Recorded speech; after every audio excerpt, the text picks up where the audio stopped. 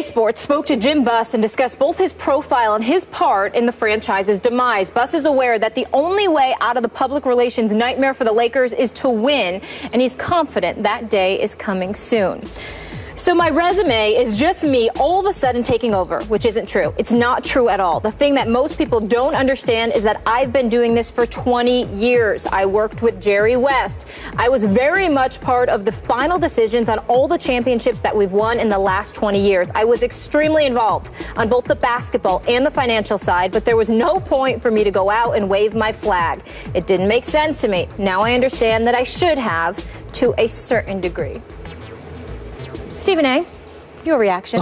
Let me say, when I first read this very early this morning, I laughed and I laughed and I laughed because I said, my friend has been teed up the way he's never been teed up on this show by his man, Jim Buss. Fire away. Let me say this. First of all, the comments that are about to be expressed are in no way reflective of ESPN, First Take, Chuck Solitaro, Skip, Molly, or anybody. This is just me. I didn't even read the whole article. And the reason I couldn't read the whole article, Skip, is because I couldn't get through it. I read some of the quotes from this man throughout this article, speaking about how unfair it was, leaning on Jerry West to come to save the day, speaking so glowingly about him. It made me want to throw up. Let me tell you something, Jim Buss. You know,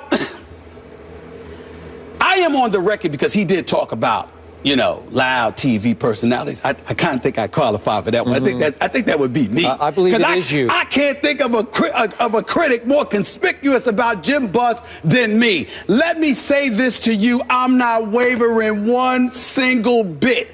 You are an atrocity. The worst thing the Lakers organization could have done is to have you in control. And here is why I say that under no circumstances have I questioned Jim Buss's knowledge of the game of basketball. Under no questions have I questioned his ability to decipher what is best and what is not. I am aware and familiar with his background with analytics because when you and I were standing on the sidelines together in Dallas before you lost that playoff series years ago, Jim Buss, you told me about it then. I know all of this. Nobody is questioning Jim Buss's knowledge. Here is when I have gotten on Jim Buss. This is why I continue to be on Jim Buss, and this is why I call him an atrocity. Because regardless of the knowledge that he unquestionably has, regardless of the experience that he has unquestionably accumulated, he lets all of that go out the window when his personal feelings get involved. It gets in the way of business and productivity, which is why the Lakers have struggled. You want me to count the ways? Fine. Here we go.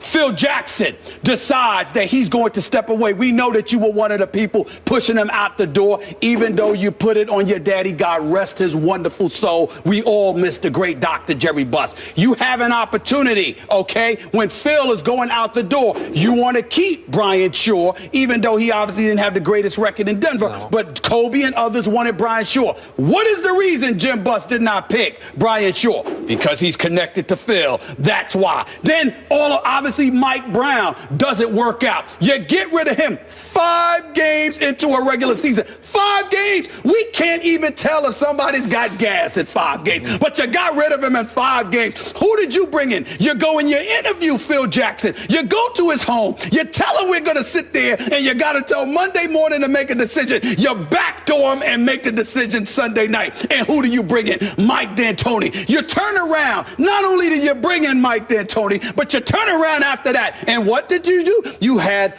the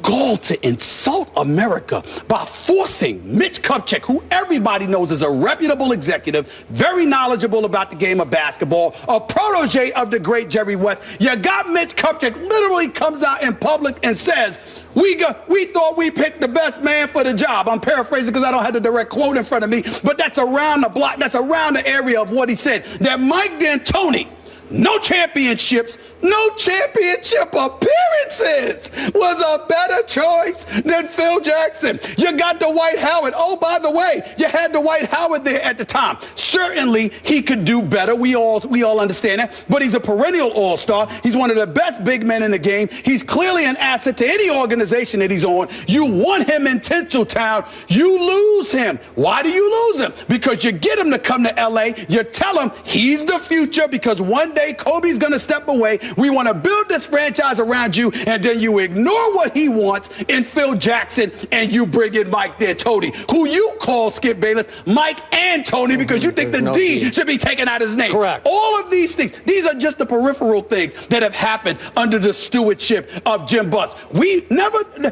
mind the fact that this reporter for USA Today who did this article highlighted how it was the first time in 8 years that Jim Buss was in Hawaii for the Lakers training camp. First time in 8 years. Where you been? We won't count the amount of games that we've been to. Myself, J.A. Adonde, a host of other people who go to cover the Laker games, and Jim Buss is nowhere to be found. We know he's somewhere watching the game, but it ain't inside the Staples Center most of the time. So don't come. You can sit there and paint this picture and lean on the great Jerry West all you want to, but let's be clear. Jerry West can say what Jerry West wants to say. And if Jerry West was so concerned about the Lakers and about Jim Buss, what the hell did you leave for, Jerry West? Could it be because there was $1 million that the late Dr. Jerry Buss guaranteed to Jerry West if you acquired Shaquille O'Neal, if I remember correctly, and for some reason he reneged on that, albeit momentarily, and Jerry West's pride kicked in, and he decided to walk away from the Lakers organization. Don't get me started on the decisions that have been made by the Los Angeles Lakers organization that you could have done a far better job of. I'm going to say it again. Jim Buss knows basketball. He knows enough about the game. He has worked for the organization. He has worked hard. That has never been my issue again with him. My issue with him is that his personal animus has interfered with his basketball judgment, and it has been at the expense of the Lakers organization, and it has been at the expense of Laker Nation. As and it that's all I have to say. Phil Jackson. As it pertains to Phil Jackson, yes, I agree. and the other things that I mentioned. Right. And in the end, it has cost the Lakers organization the allure that it once has. Prove me wrong. Go out there and get a marquee free agent. Because the last time I checked, you haven't had one in years. They haven't elected to come to Los Angeles. And we all know that if Dr. Jerry Buss was still alive, somebody, whether it's a LaMarcus Aldridge or somebody, would have came to L.A. by now. They didn't come because of Jim Buss. And then you have the nerve to call out Magic Johnson? Magic? Really? Ooh, go ahead. By the way, I'm a little less emotional than you are about this. Go ahead. To your point, his very sister Jeannie wrote in her book Laker Girl that she felt stabbed in the back. And I'm assuming that's by her brother over the Phil Jackson episode, right? Is that fair to say? Yes, yeah, stabbed in the back. Okay. Here's my takeaway, and I'm looking at it through the eyes of a poor Laker fan out there. Any Laker fan who took the time to work through this entire article would have gotten sicker by the line. And after a while, you'd go from queasy to angry because, in the end, this is desperate delusion. That's what it is. He is desperately delusional. He is trying to convince this reporter from USA Today, and in turn, the few fans who still are gullible enough to believe his baloney, that he's on the right track. And I'm going to leap before I hit another quick couple of points. I'm going to leap to the end where he says, yeah, I think we're in a dynamite position, not a good position, a dynamite position in our rebuilding program. But he goes on to say that he now needs 2 more years before they're an actual contender for the championship. He says in 3 years from now, they could be a contender, and then you can judge me. Now, Jeannie is saying he's got 2 years to do this, so they're a little not on the same page here. But he concludes, I'm going all the way to the final paragraph, which you did not reach. Jim Buss predicts they will make the playoffs in the Western Conference this year. That's laughable to me this year. They are not going to make the playoffs in the Western Conference. I'm sorry. It's not. It's just too loaded. It's too deep. They'll obviously be a little bit better depending on Kobe's health and his ability to bounce back, but they're not going to make the playoffs. Now, let's go back to Jerry, the great Jerry West. I have always been his biggest fan, and you cannot tell me Jerry West didn't have a whole lot to do with what Golden State just did last year, because he was an advisor. He was a team builder in the background, albeit, but you don't think his fingerprints weren't all over that championship last year? You don't think this franchise has suffered without him? But you know Jerry, right?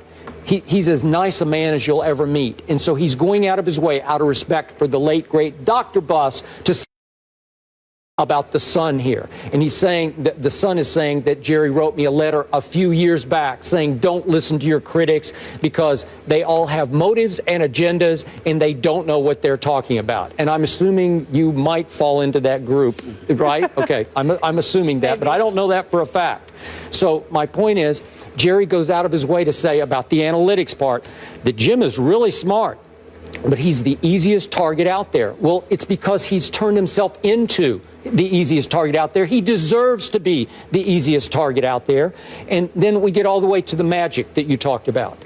Magic has been critical, rightfully so, of Jim Buss. Nobody loves the purple and gold any more than Magic Johnson. Is that fair to say? I mean, you want to talk? You think these people bleed? The family bleeds? Please. Come on. Let me tell you something right now. The city of Los Angeles would throw a parade right now if Magic Johnson became the owner of the Lakers. You got that right. They'd throw a parade right now. Okay, so he responds to the criticism from the great Magic Johnson. This is Jim Buss saying, it's like, really, dude? My dad made you a billionaire almost. Really? Where are you coming from? That's what he says about Magic Johnson. And Magic issued a one-line statement to USA Today, which said, it's all about winning, comma, Jim. So it's pointed right at Jim Buss. Well, it is. And winning would cure all this. But how close are they to competing for a championship? Seriously. Oh, come on now. Okay, come on now is exactly where I am. So I look at what's happened. Even this last draft. I told you going into the draft, I'm not a big D'Angelo Russell guy. Maybe he'll be, I hope he's better than I think for Kobe's sake. And I like Julius Randle, who they got at 7. But remember, they took D'Angelo this past year at number 2, and they had Okafor there. And you corrected me on this. They thought they had a grand plan where they could land a big man, and it didn't happen. That's it. Why didn't it happen? That's what I want to know. Exactly. Why didn't it happen? Because of this guy. Because of that guy. Yeah. Because, listen. Okay. There have been times when the Los Angeles Lakers have worked out players. And Jeannie Buss and Jim Buss are in the same gymnasium and nowhere near one another.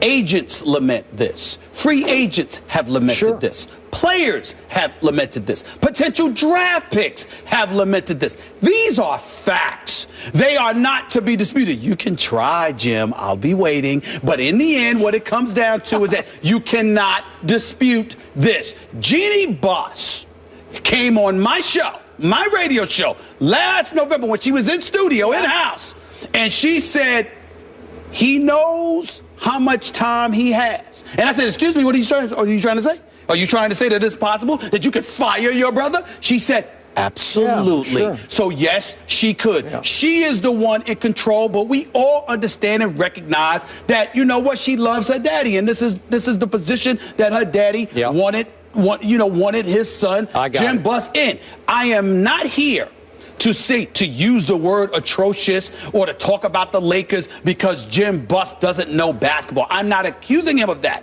What I am accusing him of, and why I get on him, is not because of his basketball acumen. It is because he has allowed his personal emotions to get in the way of that at the expense of the Magic Johnsons of the world, Laker Nation, and the Lakers franchise. The fact that you would sacrifice the Lakers and its great tradition because of your personal feelings is inexcusable as it gets. So he could sit here and he could talk all day. I want to thank USA Today for doing this fabulous, fabulous article and revealing just how nauseating this man can get. I feel sorry for the Lakers organization. Y'all ain't going anywhere until that man is gone. Remember, all USA Today did was just give him the floor. And I applaud them for it. Yeah. I applaud them for it. But you saw he took it. You see, trust me, I've requested interviews with Jim Buss. I haven't seen him take up that offer. Yeah, we know.